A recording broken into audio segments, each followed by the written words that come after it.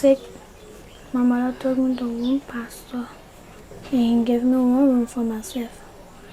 And he told me that in the day he would come and pray with me.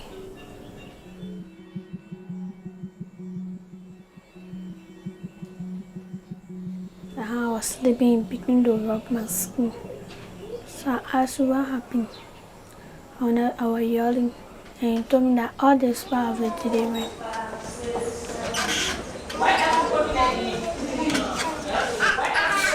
Girls who survive rape end up in a school like this one, if they're lucky. Rape clinics in Liberia's capital, Monrovia, treat at least 4 victims per day. That's how he do it to me. Most of them are children. That's how I run away from the church. I can't tell my mother. Victims are sometimes so young that they need dolls to help describe what happened. This girl is 5 years old. I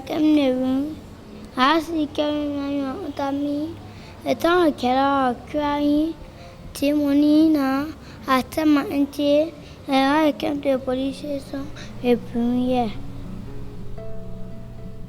Liberia is still struggling with the scars of a brutal 14-year civil war that ended in 2003. 250,000 people died. Rape was used as a weapon. It's estimated that up to 3 in 4 women were violated, often by child soldiers.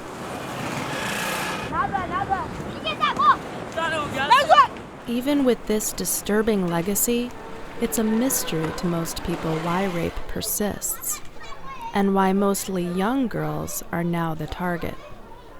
Some say part of the problem is a tradition of misogyny in the culture. You know, for a long time we didn't give rape a priority and go back to, certain things embedded in our culture. People didn't believe women, and we still have that problem today. It's improved. But we still have the problem where they think the woman was trying to destroy this man, this good man. But superstitions and tribal beliefs also play a role. They think that having sex with a virgin or with a small child will help them to get a job or whatever. One of the first focuses of Ellen Johnson Sirleaf's government was to criminalize rape.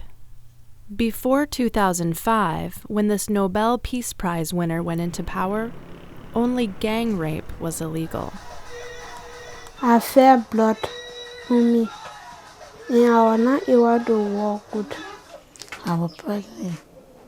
My father raped me. He did not come to the horse again. But the justice system is still weak, and a lot of victims won't report incidences. They accept money from the rapist or his family to avoid legal action.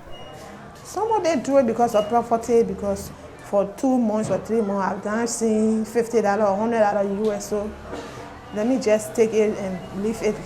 Or some of them do it because they don't want their name to spoil in the community.